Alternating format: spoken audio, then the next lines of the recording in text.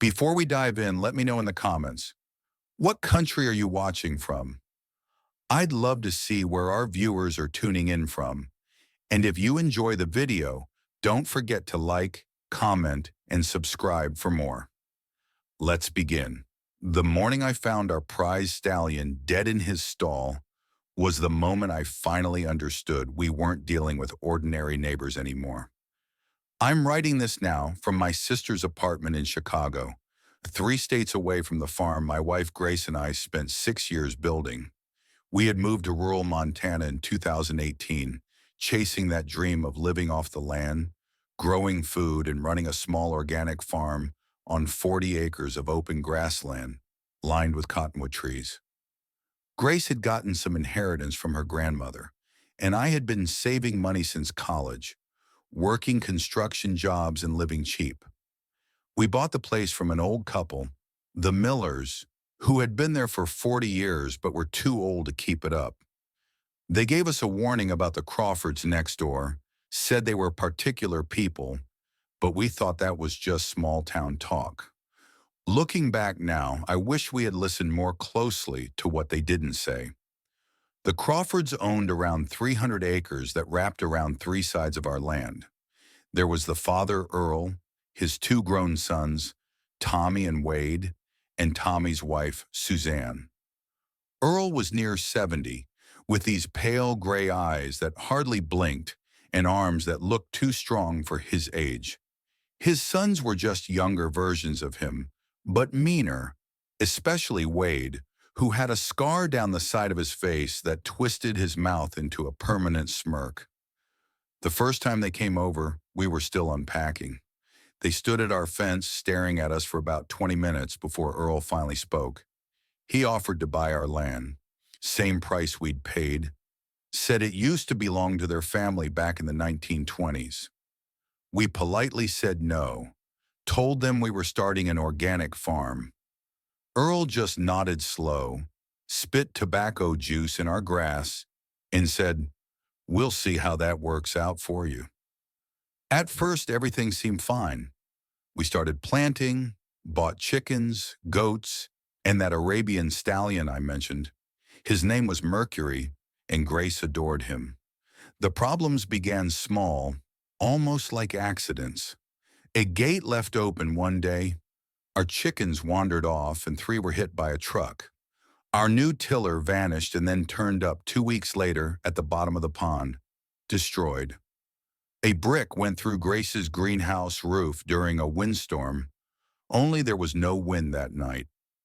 Each time something happened, we'd see the Crawfords smirking the next day. Earl would always make comments about how farming was hard, how city people usually gave up, and how that land had always belonged to his family. Wade started driving his truck along our fence line every morning at 5 a.m., blasting his horn, saying he was checking cattle, even though there weren't any cattle in that field. Things escalated one Saturday in early September. I was in town buying feed when Grace called me, crying so hard I could barely understand her. She'd gone to check on Mercury and found him thrashing on the ground, foam pouring from his mouth, eyes rolled back. By the time I got home, our vet was there, but it was too late. Mercury was dead. The vet found antifreeze in his water bucket. Someone had poisoned him on purpose. We called the sheriff's office. Deputy Coleman came, took notes and pictures, then said without proof of who did it, nothing could be done. When I mentioned the Crawfords, he looked uneasy and reminded me Earl's cousin had been sheriff for 12 years. He suggested we put up cameras if we were worried. That night I sat by the window with my grandfather's shotgun while Grace cried for Mercury. Around 3 a.m., I saw headlights creeping down our driveway, stopping just before the security lights would turn on. The truck sat there for 10 minutes, engine running, then backed out and left. By morning, our vegetable rows had been drenched in herbicide. 6 months of work gone, the stench so strong it burned our eyes. Worst of all, a message was carved into the dead grass on our front lawn. Last chance, spelled in letters 10 feet high. Grace wanted to leave right away, but I was furious and made the mistake of confronting them. I drove to the Crawford place that afternoon with my shotgun visible in the truck window, not to use it, just to show I wasn't scared. Their place looked like something from a nightmare. Rusted junk everywhere, old cars on blocks, and huge chained dogs that went wild when I pulled up. Earl came out first, then his sons, and Suzanne stood on the porch just staring blankly like she wasn't really there. I told Earl we knew what they'd done, that we had photos, and if anything else happened, I'd go to the newspapers. Earl leaned into my window so close I could smell his tobacco breath mixed with something rotten. In a low voice, he told me I didn't know what I was dealing with, that the Millers knew their place and lasted 40 years because they stayed quiet. But me, with my organic this and sustainable that? Number he said I'd be gone by Sunday. They'd buy the farm for half price, or I'd find out what happens to people who didn't respect the natural order here. Then he mentioned the Jacobsons, neighbors who'd left suddenly in 2016. Haven't seen them lately, have you? He asked. I had heard they left in the night, leaving everything behind. The place later auctioned. As I drove home, Wade followed me close in his truck, grinning in my mirror the whole way. When I told Grace, she broke down completely. That night, we dragged our mattress into the walk-in closet with no windows and took turns staying awake. Around midnight, our motion lights went off one by one, moving from the barn toward the house.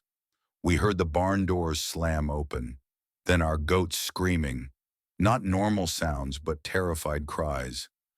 I wanted to run out with the shotgun, but Grace begged me not to.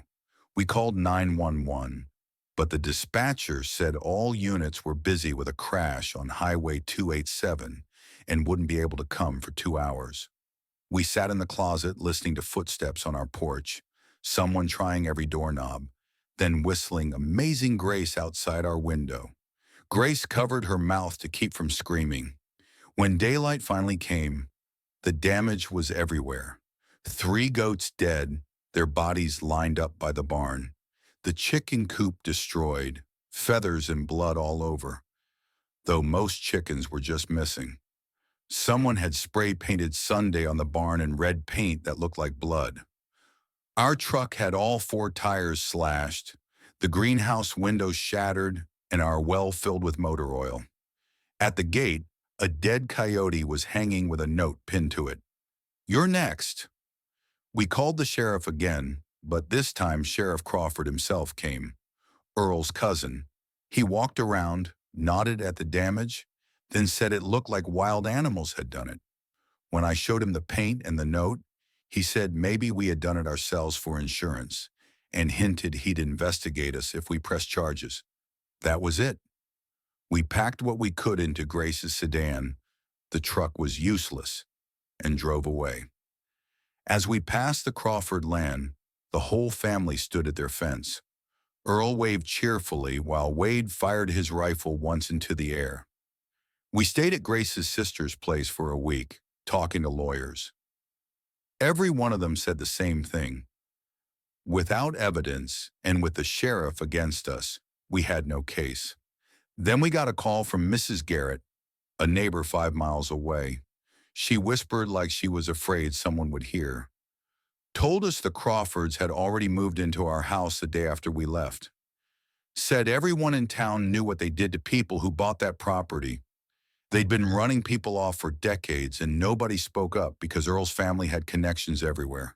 The sheriff, the bank, even the judge who was married to Earl's niece. The bank took back our property 2 months later. We couldn't pay the mortgage without being able to work the land or sell crops. And somehow, every insurance claim we filed was either denied or stuck in investigations. Grace heard from a friend that the Crawfords bought our 40 acres at auction for a quarter of what we paid. They paid in cash. No questions asked. The man running the auction was Earl's brother-in-law. We tried calling the FBI, state police, anyone who might care.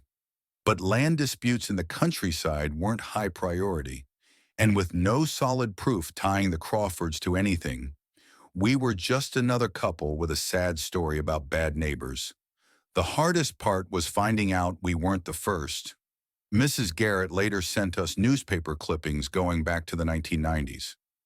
Small blurbs about families who bought that same property, then left suddenly. Some said they were harassed, others just disappeared. The Millers, the older couple who sold to us, finally called us back after months. They were in Florida now, and when Mr. Miller spoke, his voice shook. He said they had tried to warn us quietly, but Earl had made it clear what would happen if they scared off buyers by saying too much. We're still in Chicago now, living in a two-bedroom apartment. The only bit of green we have is the balcony where Grace grows herbs in pots. She doesn't talk much about what happened, but I catch her sometimes looking at pictures of Mercury on her phone, then closing it fast like she was checking the weather. We both have normal jobs now. I'm back in construction. She works at a dental office. When people ask, we just say we used to live in Montana, but we don't explain further. Sometimes I wake at 3 a.m., thinking I hear that whistling outside our window, even though we're on the 8th floor. Last month I got a package with no return address. Inside was a photo of our old farm. The gardens were plowed under, cattle grazing where our vegetables once grew, and the Crawfords standing in front of the house, our house, now theirs, all four of them smiling. On the back it said, "Thanks for the improvements." I burned it in the sink, but Grace saw the ashes. She didn't ask, but she knew. The next day, she applied for a job in Seattle. We're moving again next month. Sometimes the only way to win is to leave far enough that they can't follow, and hope the next place doesn't have its own Crawfords waiting. People ask why I left Nebraska after 15 years on the same farm. The truth is, after what happened in October 2022, I couldn't stand being alone in those fields anymore. I was 34, divorced, no kids, and I'd been managing the Brennan family's cattle since I left the Army. It was steady work, feeding livestock, checking fences, keeping the water systems running through brutal winters. The land stretched about 800 acres outside a small town with less than 2,000 people. Most nights, the only sounds were cattle shifting in their pens or a coyote howling in the distance. I lived in a small house on the farm. Nothing fancy, just a two-bedroom with a leaky kitchen roof and a porch where I drank coffee while watching the sunrise over the cornfields. Next door was the Novak farm, and their daughter Cassie had been falling apart for years. She was around 28, used to be pretty before meth got its grip on her. She had long auburn hair once, but one night cut it with kitchen scissors, leaving uneven clumps sticking out. Her dad, Frank, kept to himself after his wife died of cancer. He grew soybeans and stayed quiet. Cassie would come by maybe twice a month, asking for gas money or saying her phone got shut off. She'd scratch at sores on her arms, her eyes darting like she was seeing things no one else could. I'd usually give her $20 to make her leave, since arguing didn't help. If I didn't, she'd come back, banging on the door or throwing gravel at my window until I came out. That Sunday started like any other. I fixed a section of fence the bulls had knocked down, then went into town for groceries. At the Save-A-Lot, Beverly the cashier leaned in like she always did when gossiping. She said Cassie had been at the gas station earlier, fighting with the manager. Said she looked worse than usual, wearing a big green jacket even though it was nearly 70 degrees. She kept pacing in circles, muttering to herself. I shrugged it off and headed back. By the time I reached the farm, the sun was low, painting the fields in deep orange like they were on fire. I noticed how quiet it was.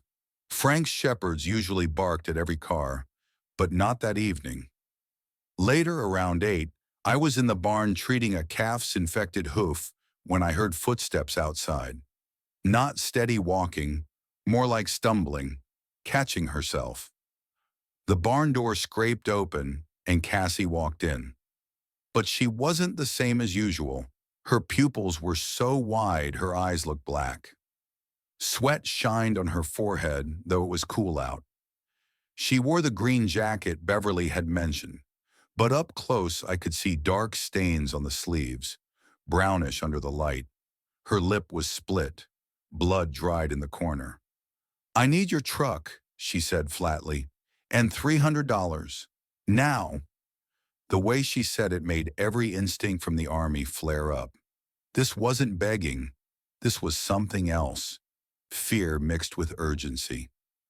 I told her the truth. I only had about $40. She laughed, but it came out broken, not real. "You don't understand," she kept saying, stepping further in. Her sneakers left smudges on the floor with a reddish tint that streaked with each step. She started grabbing tools, rope, cutters, dropping them like she forgot why. "They're coming," she whispered suddenly. "I hear their radios. Don't you hear them?" But I only heard the calf breathing and my own heartbeat thudding in my ears. She pulled out her phone, screen cracked beyond use, stabbing her fingers at it while muttering numbers that didn't make sense. That's when the smell hit me, thick and metallic, like blood after a deer hunt left uncleaned. It was coming off her clothes. She saw me notice and pulled the jacket tighter, even though she was drenched in sweat. "Frank had an accident," she said. The word accident stretched unnaturally, making my chest tighten. "He fell in the kitchen, hit his head." But she didn't look at me, her eyes fixed past my shoulder into the dark. I reached for my phone, asked if we needed an ambulance, but she lunged and grabbed my wrist with both hands. Her grip was shockingly strong, nails biting in deep. Later, I'd see dried blood crescents where she dug in. "No ambulance," she hissed. "Just the truck. Please, I'll go to Colorado. They'll help me there." Then we both heard it. Sirens, faint but approaching, that long wail cutting the night. Her body stiffened, like jolted with electricity. She let go and bolted toward the door, but paused at the edge of the light. The motion sensor clicked on, bathing her in harsh white, making the stains on her clothes look almost purple.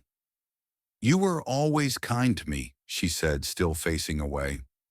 "Even when others crossed the street to avoid me. Remember when you fixed my car? That winter the radiator cracked?" I did. It was 2 years ago before she slipped so far, when she still had flashes of the girl who won 4-H and baked pies with her mom. Then she ran, not toward the road, but into the cornfields, vanishing between the dry stalks. I could hear them crunch and snap under her steps for half a minute before it went silent. I stood frozen in that barn, heart pounding, unsure what to do. It felt like hours, though it was only a minute or two. The sirens were definitely getting closer, and now I could see red and blue lights flashing against the clouds from the direction of the Novak farm. My first thought was to go after her, maybe try to calm her down, but something kept me frozen in place. Maybe it was instinct, maybe just the sense that whatever had gone wrong at Frank's place, I didn't want to be the one to walk in and see it. I went back to my house, legs shaky like they weren't even mine, and locked the door behind me for the first time since I had lived there. From my kitchen window, I watched the emergency trucks pull into Frank's driveway. At least 4 police cruisers and an ambulance. They turned the sirens off when they stopped, which somehow felt worse than if they'd kept them going. Officers with flashlights began spreading out through the property, their beams cutting across the night like searchlights. One headed toward the cornfield where Cassie had vanished, and I caught myself holding my breath, waiting for shouting or shots or something. But all I could hear was the steady swing of the beams and the low crackle of radios I couldn't make out. Near midnight, someone knocked at my door. Three hard knocks that made me jump, even though I had known it was coming. Two deputies stood on the porch, both young, both looking like they hated being there. The taller one, his tag said Daniels, asked if I had seen Cassie Novak that night. I hesitated just a second, then told him everything. How she'd shown up at the barn, asked for cash and my truck, the stains on her clothes, how she had run into the corn. Daniels wrote it all down in a small notebook, while the other deputy, Reeves, kept turning to stare back toward the Novak place. When I finished, Daniels told me to stay inside and lock everything up. If she comes back, don't let her in. Call us right away. That's when Reeves finally spoke, low, almost like he didn't want to say it out loud. Frank Novak is dead. He was shot with his own hunting rifle, then beaten with it. His words just hung in the cold October air, and I felt something heavy drop inside me that had nothing to do with the weather. They found her the next morning almost 10 miles away, walking along County Road 12 in only jeans and a t-shirt. She'd lost the green jacket somewhere out in the fields.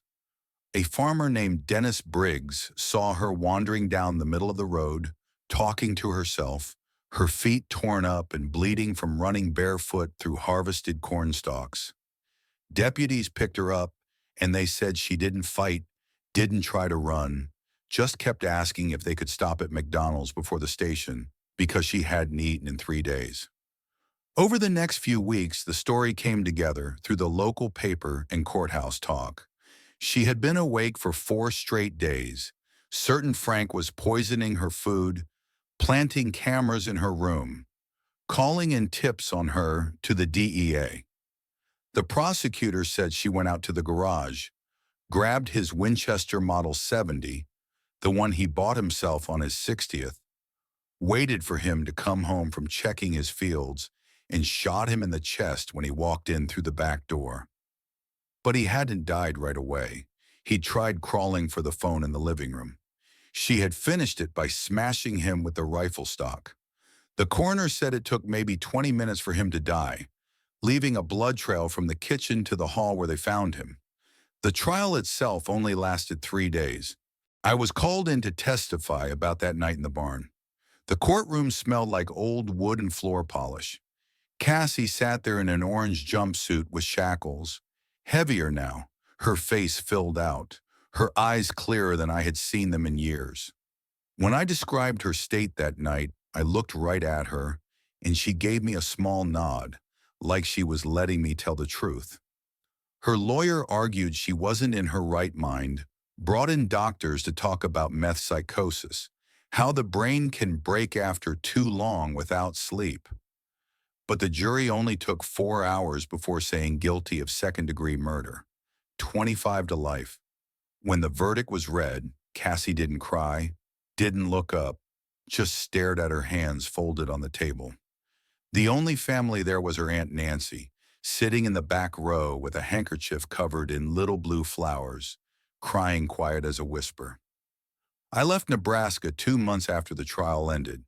Couldn't take looking at the empty Novak farmhouse next door, the yellow tape that stayed on it for weeks, the soybeans Frank never got to harvest just rotting in the field. The Brennans understood when I told them I had to quit. They even helped me get lined up with a ranch job in Wyoming. But I still think about that night, sometimes in dreams, not really nightmares, more like reruns. I stand there again in the barn, wondering if I could have done something different. If I just handed her my keys, would Frank still be alive? Or would I be dead too? Later, the detective told me they had found the green jacket buried shallow in a ditch 3 miles from where she was picked up. It was Frank's jacket, one he wore for hunting, and the stains on it were exactly what I had guessed. The detective also told me something else that still makes my skin crawl. In Cassie's pocket, they found a slip of paper with my name written on it, along with 4 other names I didn't know. When I asked what it meant, he just shrugged and said they'd probably never know. She ended up taking a plea deal to avoid a longer trial for premeditated murder. She never explained the list. I still wake up some nights thinking about it, wondering if she had planned something for me or if it was just nonsense from a mind gone too far into paranoia and no sleep. Most people dream about moving out to the country for quiet, right? Well, let me tell you about the nightmare that started when my wife Jennifer and I bought a farmhouse in Pennsylvania in 2017. We had saved for years, wanting out of city life. Then we found this 20-acre place with a fixed-up 1940s house, a red barn, even a creek in the back. The realtor mentioned our neighbor to the east, Harold Fitzgerald, had farmed there for 4 decades and liked his property lines kept clear. That should have been our first clue, but we were too caught up in garden plans and building a chicken coop. The very first day we moved in, Harold was already waiting at the fence with a survey map, pointing out exactly where our land stopped and his began. By the end of the first week, he had visited 4 times, each one stranger than the last. He always carried that same laminated survey map, pointing out small violations we didn't even know were possible. Our moving truck had apparently rolled 3 feet onto his access road, and he took photos of the tire marks. Jennifer walked our dog Bailey along what looked like a public path, but Harold showed papers saying he had bought the rights back in 1993. He always spoke in a steady, even voice, but his pale blue eyes burned like he was holding something mean inside. Soon he put up motion sensor lights along the whole fence, blasting our bedroom with bright white light every time a deer walked past. When I asked him about it, he said it was to watch the boundary line and suggested we get blackout curtains if it was too bright. The real trouble began a couple months later when we tried to repair the old fence on our western side. The moment the workers showed up, Harold stormed over, demanding to see permits and surveys, even though that fence wasn't anywhere near his land. That's when we discovered he had cameras set up, at least 6 that we could spot, all pointed at different angles of our yard. The fence guy, Brett, pulled me aside and warned me Harold had chased 3 families off that property in the past 10 years. Man measured his corn rows with a ruler, Brett said. He even filed complaints against the Johnsons because their maple tree dropped leaves on his side. That evening, Harold left a typed letter in our mailbox, 3 full pages long, explaining the rules he expected us to follow for any changes on our land, including giving him 72 hours notice before any work crews showed up. Things got worse that Friday when Jennifer planted sunflowers along our side of the fence. I was in town getting supplies when Harold confronted her, claiming the flowers would bring birds that might eat his corn seed. Jennifer tried to explain they were planted 30 feet from his crops, but Harold had already taken dozens of pictures, calling it farm sabotage. After that, he began showing up at strange times, sometimes at 5 o'clock in the morning, sometimes close to midnight, always with some complaint. Our porch light was too bright and messed with his chickens. Our guest parked too near the road. He said the smell from our compost bin was drifting onto his property. He stood there with his clipboard, writing notes as he talked, never yelling, but making every word feel like a warning. The Andersons, our neighbors to the west, started keeping away from us. Later, I found out Harold had told them we were troublemakers who didn't respect country ways. The morning everything changed was a Saturday in late July. I woke up to Jennifer crying in the kitchen, staring at our chicken coop. All 6 of our chickens were dead, laid in a perfect row along the fence next to Harold's land. Their necks had been broken, each bird placed exactly 18 inches apart. I knew it was exact because a metal measuring tape was still lying there, one of the old kind with HF carved on the side. When I went to Harold, he was in his barn, slowly cleaning his boots. He looked up and said our chickens had been trespassing on his land too often, and in farm communities there were consequences for careless animal care. He told me I should build a better fence, then went back to cleaning his boots like we were just talking about the weather. I called the sheriff's office, but Deputy Morrison just looked tired. He took pictures, wrote notes, then said there wasn't much he could do without direct proof. Harold's been here longer than anyone, he said. Never been caught doing anything wrong.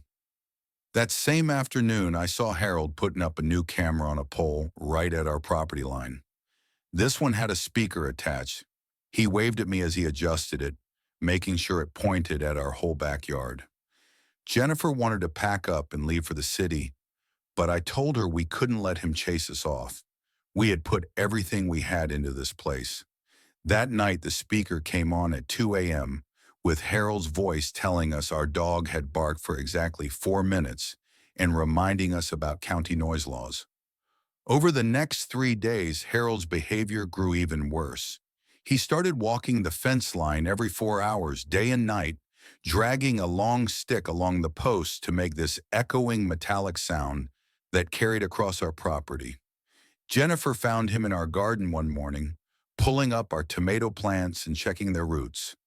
When she screamed at him to leave, he calmly said he was looking for crop diseases that might spread to his corn. He even cited some old farm law from 1952 that he said gave him the right.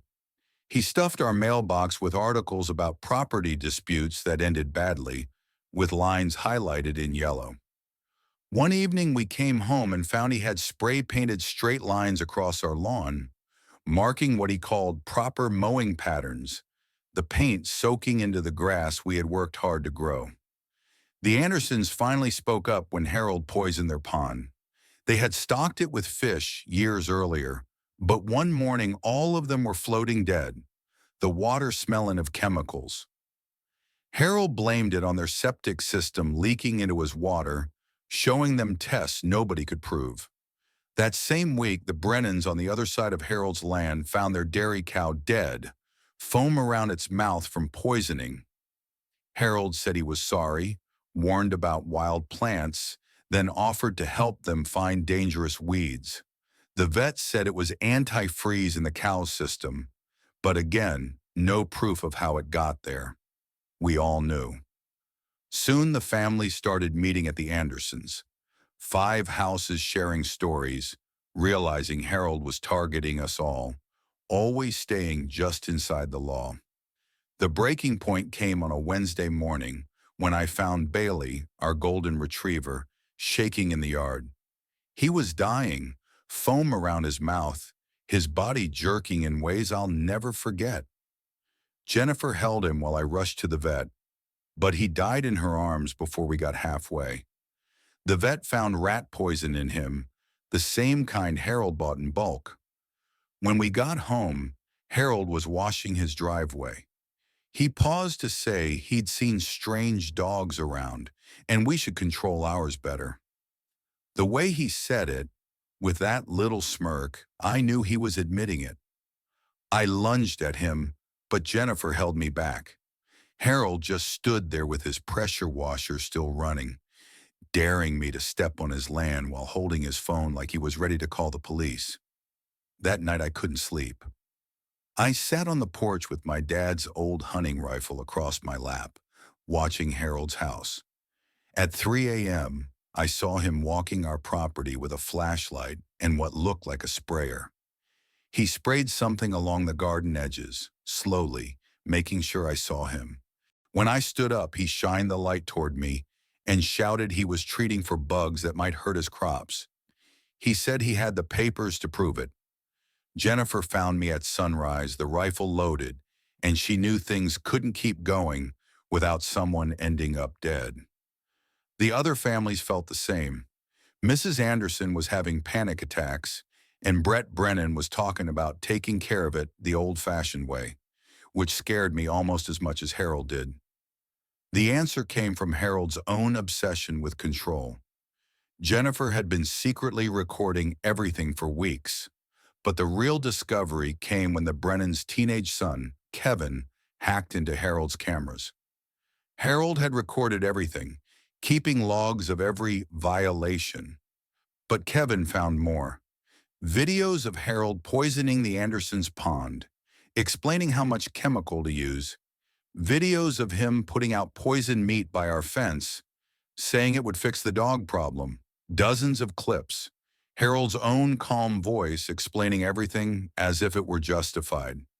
The FBI got involved when files showed he had done the same at his old farm in Ohio, where a family's house had burned after they refused to sell him land. Harold was arrested one Sunday while fixing his cameras. He didn't fight, just kept demanding the deputies stay off certain areas, even as they cuffed him. The investigation proved he had been doing this for 23 years in 4 states, keeping records that finally turned against him. He got 15 years in federal prison, and slowly we began to heal. Jennifer still can't plant near that fence, but the other family stayed, and we all grew closer than ever, tied by what we went through. Sometimes I still think I hear that stick dragging the fence at night, but it's only the wind. Harold's land was sold to a young couple from California who planted lavender, and the smell drifting over in the evenings almost makes you forget. Almost.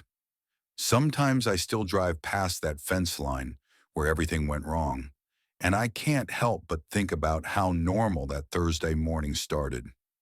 I was 34 then, running my family's wheat farm in eastern Kansas after my dad's stroke left him half paralyzed. The farm had been in our family for 4 generations, about 800 acres of good soil that gave us a steady life. My wife Laura and I had just marked our 10th anniversary, and our twin boys had started 2nd grade at the local school. Life was steady in the way farm life is.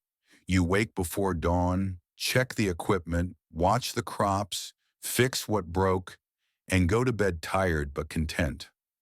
That morning I was sipping coffee on the porch, watching the sun turn the wheat fields gold, not knowing that by nightfall I'd be loading my shotgun and locking my family inside. The Walkers owned the farm next to ours, and for as long as anyone remembered, there was tension about where their land ended and ours began.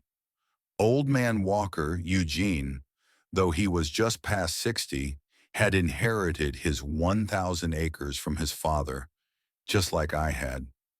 The survey markers from the 1890s were long gone, and both our families had different papers saying we owned a strip of land about 40 feet wide and half a mile long between our places. It sounds small, but that strip had the best soil in the county and access to Millstone Creek, which never dried up, not even in drought. For decades, we lived with an unspoken truce. Nobody farmed it, nobody fenced it. We all just pretended it wasn't there. But that morning when I finished my coffee, I saw something that made my chest tighten. A row of brand new steel fence posts shining in the sunrise, marching right down the middle of that disputed strip. I drove my pickup down there, hoping maybe from far off I was just seeing it wrong. But no, I wasn't. They were real, solid posts sunk deep into the dirt with rolls of wire fencing stacked nearby. Eugene's boy Craig was there with 2 hired workers, stretching tape between the posts like they were laying down a wall. Craig was 38, big like a football player gone soft, with these mean little eyes that always seemed like they were planning something. Folks in town said he'd gone through 2 tours in Afghanistan and came back different. Quieter, sure, but with this tight, wound-up tension that made people uneasy around him. When he spotted me walking up, he straightened slowly, like he'd been waiting. The 2 workers kept at it, but I saw them cutting glances our way. The morning was already heavy with humidity, crickets shrieking in the tall weeds, but everything else had gone dead quiet, not even the birds making a sound. "Morning, neighbor," Craig said. But the way he said neighbor was sharp, like it tasted bad in his mouth. He wore a faded green shirt with the sleeves cut off, showing a tattoo on his shoulder. Some military mark with Latin words I couldn't make out. His hands were dirty, clenching and flexing, so the veins in his arms stuck out like ropes. Dad figured it's time we make things proper, he said. Got a new survey last month. Real professionals from Topeka. Shows this strip belongs to us. Always has. He pulled a folded paper from his back pocket, gave it a wave, but never held it close enough for me to read. It looked official, gold seal and all, but the small grin on his face made my skin crawl. I told him we'd need to see that survey, maybe talk to a lawyer. That's when his tone changed. The fake smile dropped, and he stepped in close enough for me to smell his chewing tobacco and see the burst red veins in his eyes. Your family's been stealing from us 60 years, he said, voice low and calm. Taking water that wasn't yours, planting wheat on soil that wasn't yours. My granddad let it slide. My dad tried to stay friendly, but I'm not them. One of the workers dropped a post with a loud crash, and we both turned. When I faced him again, Craig had his phone out, snapping pictures of me. Just for the record, he said, in case you try something stupid, we've got cameras now too. Night vision, watching that strip all day, all night. The rest of that morning blurred into calls, to our lawyer, to the county clerk, to my uncle who'd argued with the Walkers back in the 80s. No one gave me answers right away. They just said the same thing. Don't do anything rash. Let the law handle it. Easy for them to say.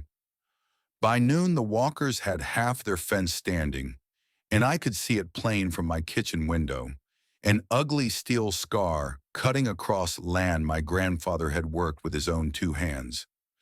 Laura kept the boys inside, though they begged to go out, and I saw that worried crease on her brow that only showed up when things were truly bad.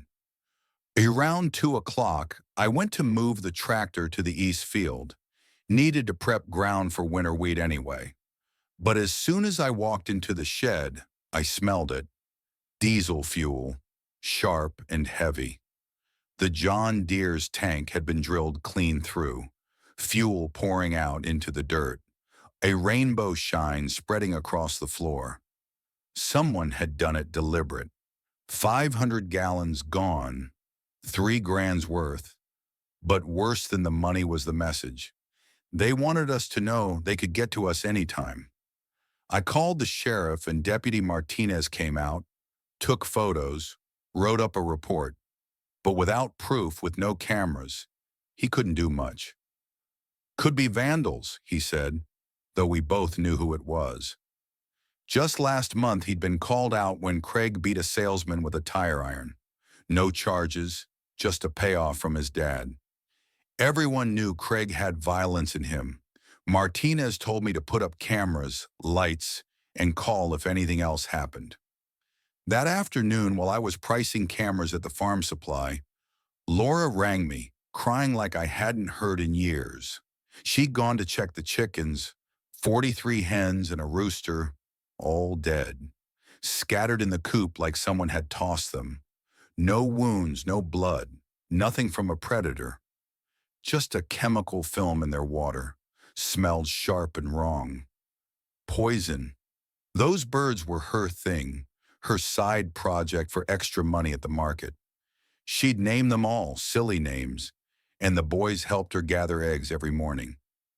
Now they were just bodies we'd have to burn so they wouldn't taint the ground. While she told me this, I noticed a note tucked under my windshield wiper. Block letters. Fences make good neighbors. Shame about your birds. Worse things happen to stubborn people. I drove home hitting 90 on back roads, hands clenched tight on the wheel. The smart thing would have been to pack up and leave for a while. Go to Laura's parents until lawyers figured it out. But when you farmed land 4 generations deep, when your great-grandfather's sweat still lives in that soil, you don't just run. And I was angry. Angry in that dangerous way that makes you both dumb and brave. When I got home, Laura had already pulled the boys out of school and locked every door. She'd found another note, This one nailed to the barn door with a long nail hammered in so deep I'd need a crowbar to pry it loose. You have until midnight to stop fighting the fence. Your well water sure would taste funny with the right mix. Our well was 200 feet down, gave us water for the house, and for the 10 acres of vegetables Laura grew. If they poisoned that, we were done. By 6 o'clock, I'd made up my mind. Called my brother Glenn an hour away, told him to bring his rifle and gear. Called two cousins who'd served overseas, told them to come with what they felt right bringing. They weren't violent men, but they were family, and out here, that mattered. We set up shifts, someone watching the well house, someone the shed, someone walking with Duke, our shepherd, who'd been on edge all day, growling at nothing. Near sunset, Duke went wild by the southern line. Glenn and I ran down with flashlights and shotguns, found fresh tire tracks and 5 dead crows laid in a circle around a wooden stake. Another note was tied there. Last warning. The crows' eyes had been cut out, their feet tied with twine. At 11:47, the world went silent. The crickets, the frogs, everything. Even Duke froze, staring toward the access road. Headlights glowed in the distance. 2 pickups and an old Bronco crawling slow. Lights dimmed. They stopped 100 yards out, engines idling, cigarette tips glowing in the dark. My cousin Rodney had a night scope and counted 8 men. "Jerry cans," he whispered, "and that tall one's carrying a rifle." We were outnumbered, but we had cover. Glenn chambered a round in his .30-06, the sound sharp across the fields. Engines shut off at once. We heard doors slam, low voices, then Craig's voice clear in the night. "Just want to talk, neighbor. No need for trouble." But they stayed put, never came closer. 10 long minutes passed with them shining flashlights toward the house, the barn, the well house where my cousin hid. Then, quick as they came, they loaded up and drove off fast, dust glowing red in their tail lights. We stayed alert till dawn, jumpy at every noise. They never returned. Later, Martinez told me someone had called in a tip. Said armed men were at our place threatening violence. Gave our address. If the sheriff had shown up, he'd have found us armed to the teeth and thought we were the aggressors. But Martinez knew us, knew the walkers, and checked their place first. When he saw their trucks weren't home, he figured it out. The next morning, something I never expected happened. Old man Walker showed up at our door, alone. He looked older by 10 years, hands shaking as he clutched his John Deere cap. His eyes were ringed dark, like he hadn't slept. "I didn't know," he said, his voice breaking, "about the chickens, the tractor, any of it." He said Craig hadn't been right since the war. That morning he'd found jerry cans in the barn, receipts for the poison, the cameras. He pulled an envelope from his jacket, his fingers trembling. 20,000 for the damages, the diesel, the birds, all of it, and more. I put Craig on a bus to Arizona. Told him if he ever comes back, I'll cut him out of the will. His eyes drifted to the fence line, where posts stood like a wound across the field. "I'll tear it down. Today, we'll leave that strip alone. Nobody farms it, nobody fights over it. Maybe our grandkids can decide someday." I wanted to stay mad, to throw his money back, to demand more. But looking at that tired old man, I just felt worn out. We took the money and watched him spend the afternoon pulling posts alone. No hired hands in sight. Laura and I used some of the money to set up real security. Cameras covering every side, motion lights, alarms. We never saw Craig again, though now and then cars would crawl slow past our line at night, and we'd wonder. That strip of land grew back with tall prairie grass and wildflowers, like maybe that's how it was always meant to be. The Walkers sold their land 2 years later to a big farming company from Texas.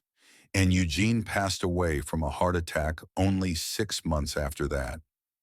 People in town said the stress of what Craig had turned into, the shame of it all, had worn him down. I still work that ground, still check those cameras every single night before going to bed. And sometimes when I'm out near that strip of wild land, I think about how thin the line really is between neighbors and enemies. How just a 40-foot strip of dirt can twist normal people into something else completely. Something that makes them capable of things they'd never think they could do. The farmhouse sat about 40 minutes from town, surrounded by cornfields that seemed endless in every direction. I was 21 then, finishing my junior year at State University. When my roommates, Jordan and Blake, found the rental ad listed so cheap, we jumped on it right away. The place was old, probably from the 1940s, with creaky wooden floors and windows that rattled whenever the wind blew. But it had 4 bedrooms, a giant kitchen with one of those old cast iron stoves, and the rent was less than what we'd been paying for our cramped apartment near campus. We moved in at the start of May, right after finals, planning to stay through the summer while we worked our internships. At first, the isolation felt nice, almost healing after months of dorm noise and chaos.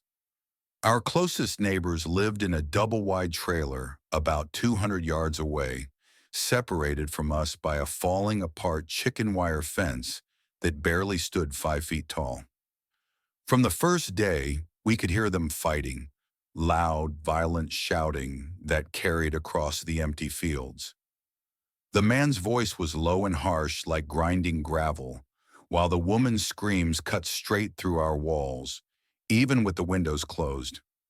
Sometimes we'd hear glass shattering, furniture being thrown, or doors slamming so hard the sound made us flinch. Jordan wanted to call the cops more than once, but Blake always talked him out of it, saying it wasn't our business and that getting mixed up with neighbors like that would only bring trouble. I agreed with Blake, honestly. They seemed dangerous, unpredictable, and the last thing we wanted was to stir up a fight with the only people nearby. The night everything went wrong started like any other. It was a late June Tuesday, humid and sticky, with thunderclouds building on the horizon, but never giving us the rain we needed. I got home from my internship at the agricultural extension office around 6, worn out from spending the day in a hot warehouse cataloging soil samples.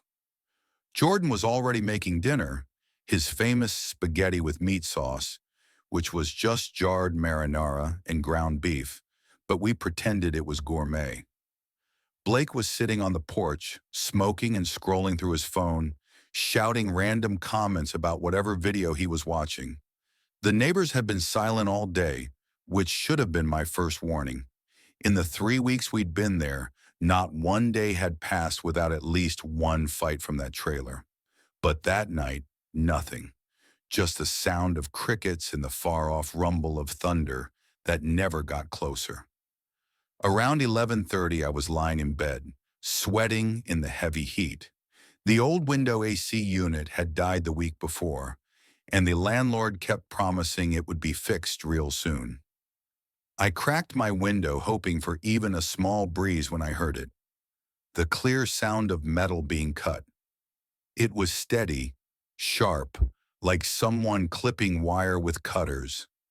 At first, I told myself it was the storm blowing something around, but the sound didn't stop.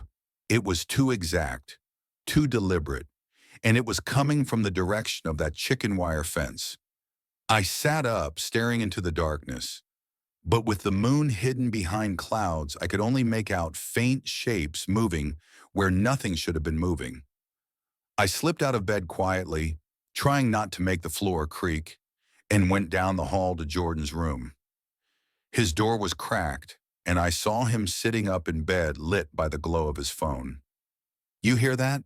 I whispered. He nodded, eyes wide. We went to his window, which had a better view of the fence. That's when we saw them. 3 men were cutting through the fence with what looked like bolt cutters, moving carefully but confidently, making a hole big enough to walk through. One of them kept glancing back toward the trailer, checking to see if anyone was watching. Another had something shiny, maybe a chain or watch, catching the little bit of light there was. The third man was huge, well over 6 feet, shoulders so wide it looked like he could flip a car. They weren't even trying to hide the noise, which made it worse. They knew no one would stop them. Blake must have heard us moving, because suddenly he was in the doorway asking too loudly what was going on. Jordan and I shushed him, pointing at the window. When he saw them, his whole look changed. He pulled out his phone, his hands shaking as he dialed 911. The dispatcher started firing off questions. Our address, how many men? Were they armed? Were we in danger? Blake kept his voice low, whispering back, while Jordan and I watched the men finish cutting the fence. They stepped through the gap, and my chest tightened. They weren't going to the trailer. They were coming straight at our house. They spread out as they walked, like they knew exactly how to surround a place. The dispatcher was still talking, but Blake went silent, staring at the window in fear. I grabbed the phone and told her 3 men had just cut our fence and were heading for our house. She said officers were on their way, maybe 15 minutes out. 15 minutes. It felt like a lifetime. The big guy went toward the back door that led into the kitchen.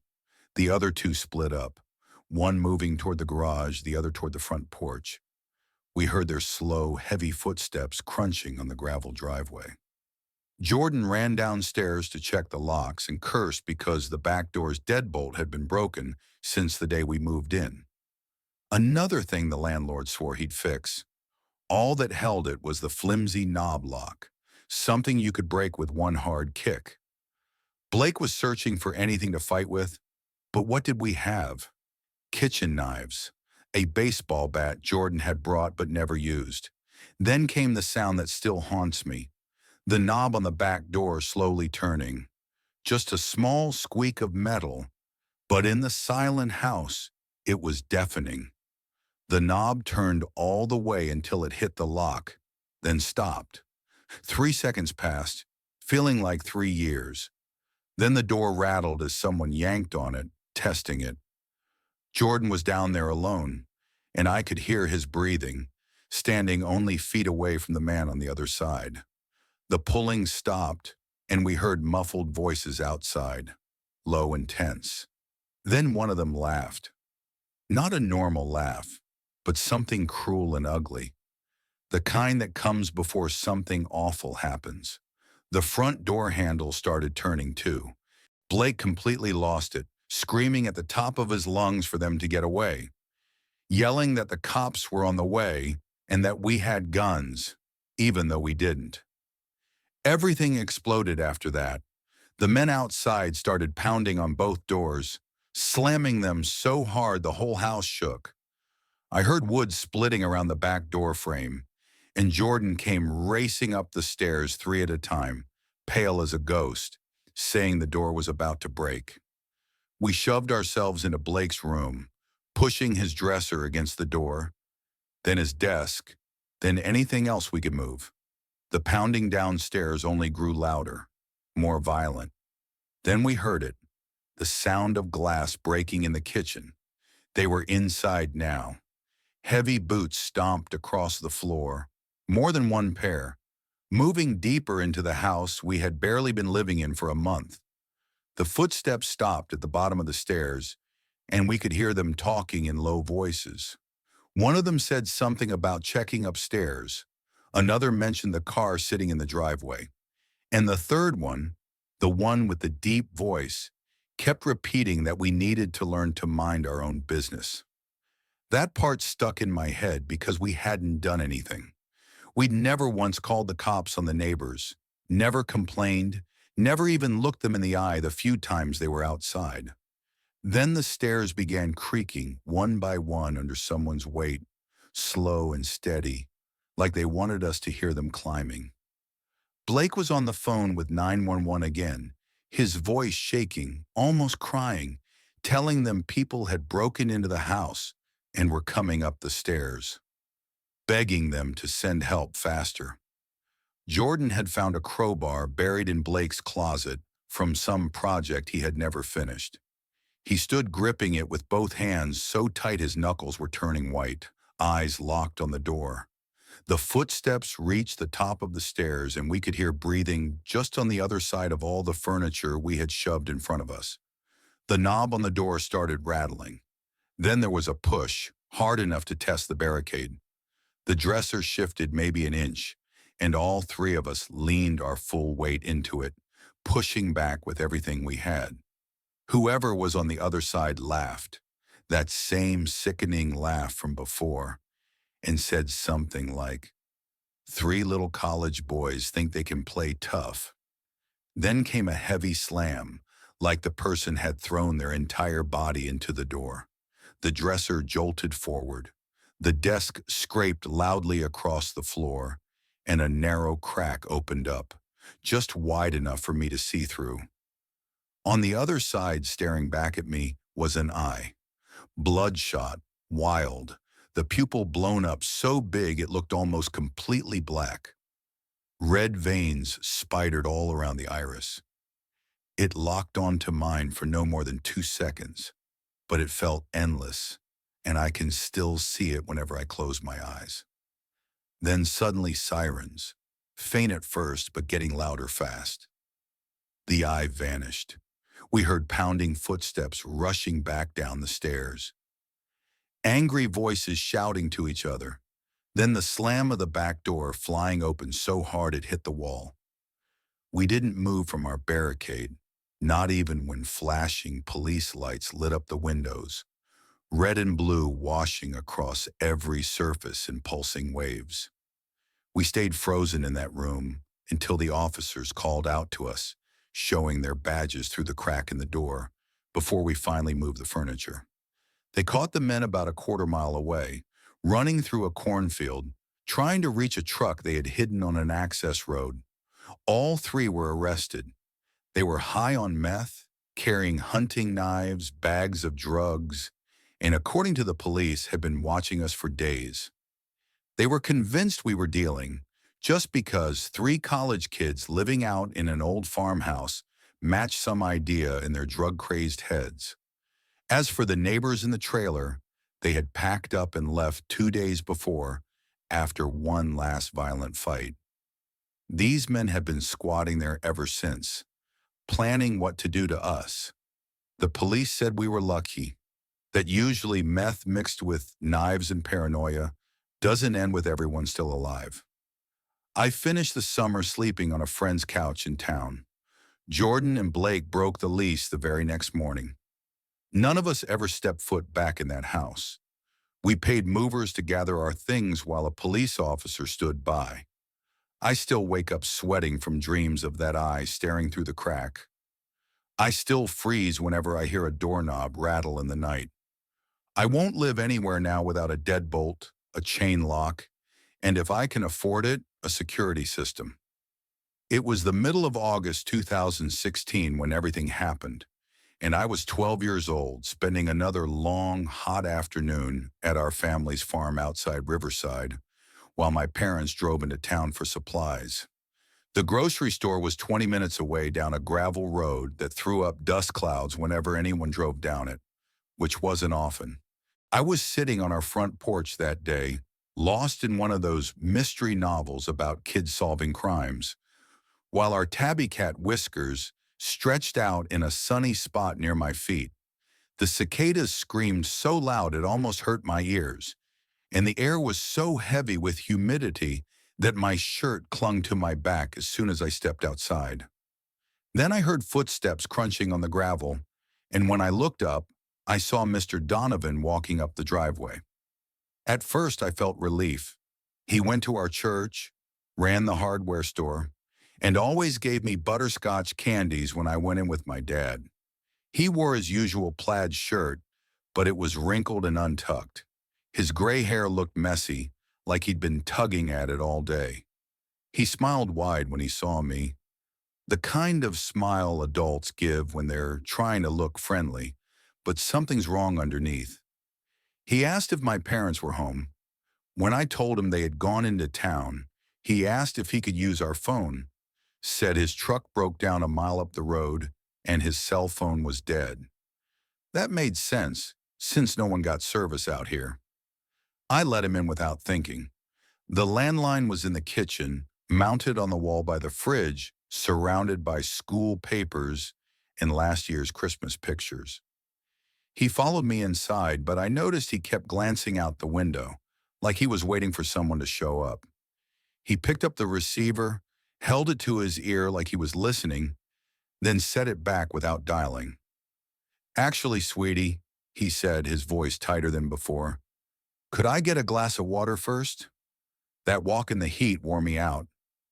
I grabbed a glass from the cabinet, but when I turned back, he wasn't in the kitchen anymore.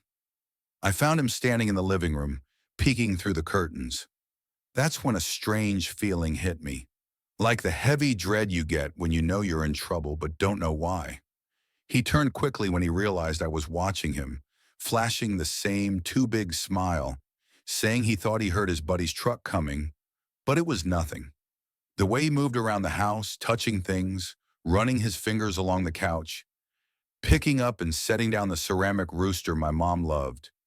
It reminded me of how our dog acted during storms, restless and jumpy. He asked when my parents would be back. I said an hour or two. He nodded slowly like he was working something out in his head. Then we both heard it, cars coming fast down the gravel road. Not just one, but several. Mr. Donovan froze, his whole body going stiff. His face drained of color so fast it was like he aged in front of me. Through the window, I saw two sheriff's cars coming up the driveway, lights flashing but no sirens. My first thought was something had happened to my parents, but Mr. Donovan grabbed my shoulder, not painfully, but firm enough that I couldn't move, and whispered, urgent and shaking, "Listen, honey, the officers are mixed up about something. I just need to step out back for a minute, avoid a misunderstanding. Okay? Tell them nobody's here." His hand trembled against me, sweat dripping down his temple even though the AC was blasting. Before I could answer, he was already heading out the back door, the one that opened toward the barn and chicken coops. Then came the doorbell, then pounding on the front door. I stood frozen, my heart hammering. Through the window, I saw two deputies on our porch, their hands resting on their belts in that calm but ready way cops do. One, a woman with her hair pulled back tight, saw me through the glass. She crouched slightly, gave me a small wave, and mouthed, "It's okay." Mr. Donovan was already running across the yard toward the barn, glancing back over his shoulder like a deer about to bolt. I opened the front door, not knowing what else to do. The woman deputy crouched lower, her voice steady and gentle, careful not to scare me. "Hi there, sweetheart. I'm Deputy Morrison, and this is Deputy Tanner. Are your parents home?" When I shook my head no, she asked if any adults were with me, and I paused a second too long before saying no. Deputy Tanner, a younger man with a sunburn across his nose, noticed that pause and gave a quick look to Deputy Morrison. She asked if they could come inside to make sure things were all right. As they stepped into the living room, their eyes moved over everything, noticing details I never thought twice about. The back door was slightly open, muddy boot prints on the hardwood floor, the glass of water I had poured for Mr. Donovan still sitting untouched on the counter. Deputy Morrison kept asking gentle questions while Deputy Tanner walked through the rooms, checking with the kind of practice that showed he'd done this before. Had anyone been here earlier? Did I know Carl Donovan? Was I hurt, or was I afraid? Her questions were soft but steady, and with each one, my stomach dropped further as I started realizing Mr. Donovan, the man who once sold my dad lumber and taught my Sunday school class, had lied to me about everything. Deputy Tanner came back from the bedrooms and whispered something to Morrison, who nodded and called for backup to check the barn and sheds. Through the kitchen window, I could see the barn door cracked open, just enough for me to know Mr. Donovan was hiding there, maybe crouched behind hay bales or up in the loft. More deputies pulled up fast, spreading out across the yard like they'd practiced 100 times, circling the barn while Morrison stayed with me. She kept talking calmly, explaining that Donovan needed to answer questions about something that had happened in town, but my eyes stayed glued to the window. 4 officers positioned themselves at the barn's doors.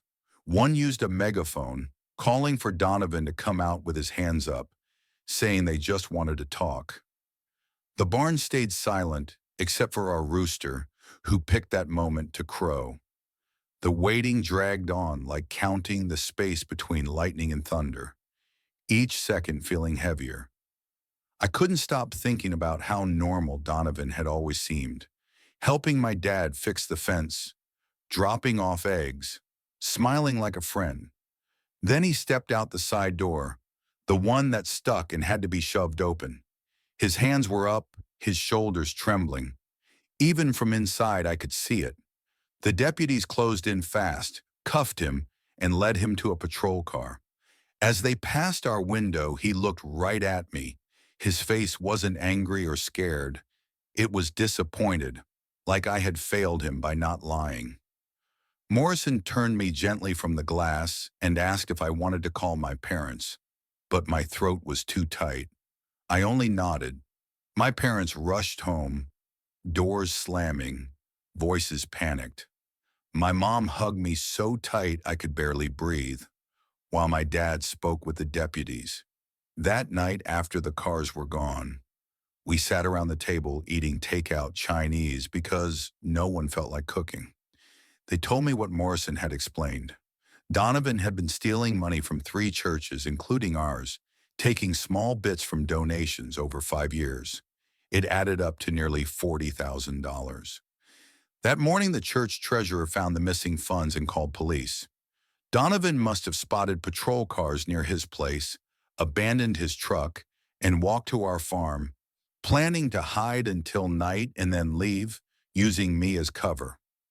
What stays with me most isn't the fear or shock, but how normal he acted at first, counting on my trust, knowing a kid would let him in. My parents added better locks and gave me a phone sooner than planned. But the biggest change was inside me, a voice that questions things now, that catches stories that don't fit, that knows trust can be twisted. Insurance got the church most of the money back, and Donovan went to prison for 3 years. Still, I think about that afternoon, especially when I drive past our old barn, remembering how thin the line is between who we think people are and who they really become when desperate. I grew up in a small town where everyone knew each other's routines without trying. Back then, I worked at the feed store on Main Street, seeing most farmers and families at least once a week. One couple stood out, Thomas and his wife Linda. They lived far out near the tree line, where the fields faded into swamp. He was quiet, kept to himself. She was the one who came to the market, selling eggs and preserves, always wearing bright scarves, even in warm weather, like she needed color with her. After a while, people noticed she wasn't around. At first, no one said much. It wasn't rare for folks to miss market for a week or two. But after a month, whispers started. I remembered the last time I saw her. She came into the store alone, slower than usual. A bruise showed under her scarf, and when she saw me notice, she tugged it higher. She barely spoke, just bought feed and left. That look stuck with me like a frozen picture. Rumors spread when neighbors mentioned hearing shouting late at night from their place. Some said they saw Linda outside later, pale, looking worn. One neighbor heard a crash so loud it woke her dogs, then silence that felt wrong. People suspected Thomas, but no one dared say it outright. He had a temper, always fighting about fences or livestock. After Linda vanished from sight, his anger grew worse. I tried to ignore it until one day he stormed into the store, red-faced, yelling about people snooping on his land. His voice echoed down the aisles, harsh and sharp. Even old Mr. Hanley, who feared no one, kept his head down.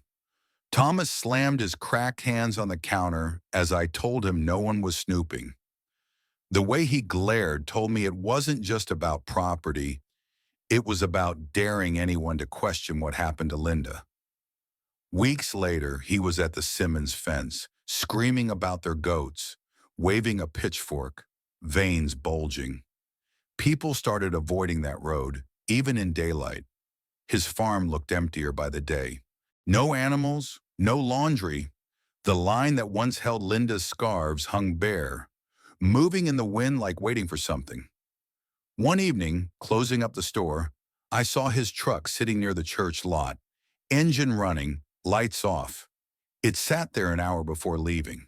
The next day, Pastor Collins said there were boot prints circling the church windows, looping around but going nowhere. Everyone grew tense. We started locking doors, pulling curtains, things we never did before. The sheriff visited Thomas, but it didn't help. He screamed at the deputy, accusing us all of plotting. His farm stayed silent. No Linda, no animals, nothing but stillness. From the road, it looked like an abandoned stage. That silence made the rumors louder. Some said they heard a woman crying at night. Others swore they saw a shadow at the window when Thomas was gone. I kept remembering Linda's last trip to the store, the way her eyes darted like she was searching for someone to trust, and how she left so fast. I wondered if she had been asking for help in silence, and I just didn't hear it. From then on, the air in town felt heavier, like we were waiting for an awful truth. No one said it aloud, but the silence from his farm was louder than words. By late autumn, things reached the breaking point. The air was cold, leaves brittle. I drove past the farm after a delivery and froze. The front door stood wide open, swinging in the wind. No truck, no sound. For Thomas, who hated leaving anything unguarded, that was wrong. I parked away and called the sheriff, not daring to walk closer. Neighbors gathered too, drawn by unease. None of us wanted to step inside, but we couldn't leave either. Deputies arrived and went through the house. We waited outside in silence, each creak of wood drifting out to us. They came out with stiff faces, saying little. Later, word spread that the upstairs was torn apart, drawers dumped, clothes everywhere, but no Linda. In the cellar, they found muddy boots and a scarf snagged on a nail, bright red like the ones she wore. That detail traveled fast. Thomas never came back. His truck turned up by the river, keys still inside. Search teams dragged the water, combed the woods. No body was found. What bothered us most was how quickly the whole thing got hushed. The farmhouse was boarded, the gate locked, as if the questions were sealed away. The land stayed empty, weeds growing tall, windows staring blankly. People whispered maybe Linda's family knew more, but proof never came. The silence around it was heavier than shouting. Even now, driving past that land, I remember her last look at me in the store and wonder if it was a plea I ignored. Our town still avoids the subject, like an old wound that won't heal. I carry the weight of that bruise I saw, the scarf too high, the way she moved too quickly. Maybe nothing would have changed. Maybe it would have. But they both vanished, and the ground they left behind still feels haunted. Not by ghosts, but by secrets buried too deep to admit.